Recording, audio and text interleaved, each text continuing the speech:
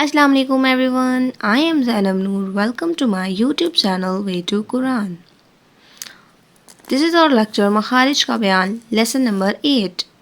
ये हमारा lesson number 8 है और this is the last lecture of मखारिज का बयान. तो then हमारा जो है मखारिज का बयान वाला टॉपिक ख़त्म हो जाएगा. इसमें लास्ट जो है हरूफ मुक़त्तआत रह गए हैं. Do you know हरूफ मुक़त्तआत क्या होते हैं?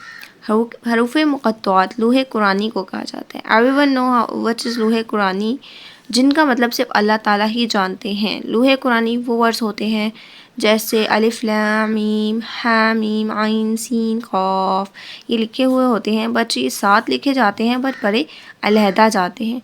इनका जो मीनिंग है वो कोई भी नहीं जानता सिवाय अल्लाह ताला के, इसलिए इनको हरूफ मुक़त्तआत कहा जाता है जिनका मतलब सिर्फ अल्लाह ताला ही जानते हैं.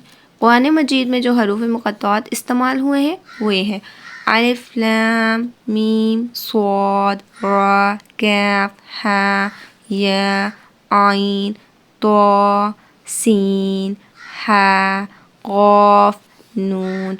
ये जो वर्ड्स हैं ये कुरान पाक में आए हैं जिनको हम कहते हैं हरूफ मुक़त्तआत.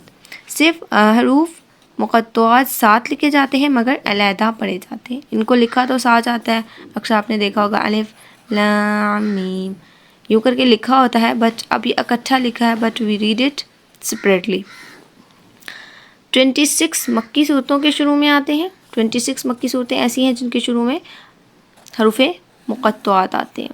उसके अलावा 3 मदनी सूरतें ऐसी हैं जिनके शुरू में हरूफ मुक़त्तआत आते हैं. टोटल 29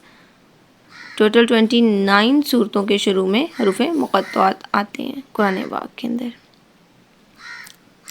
तो आज का हमारा टॉपिक क्या था? हरूफ मुक़त्तआत, जो कि लेसन नंबर 8 है और बिल्कुल हमारा मखारिज का बयान का लास्ट लेक्चर है हरूफ मुक़त्तआत.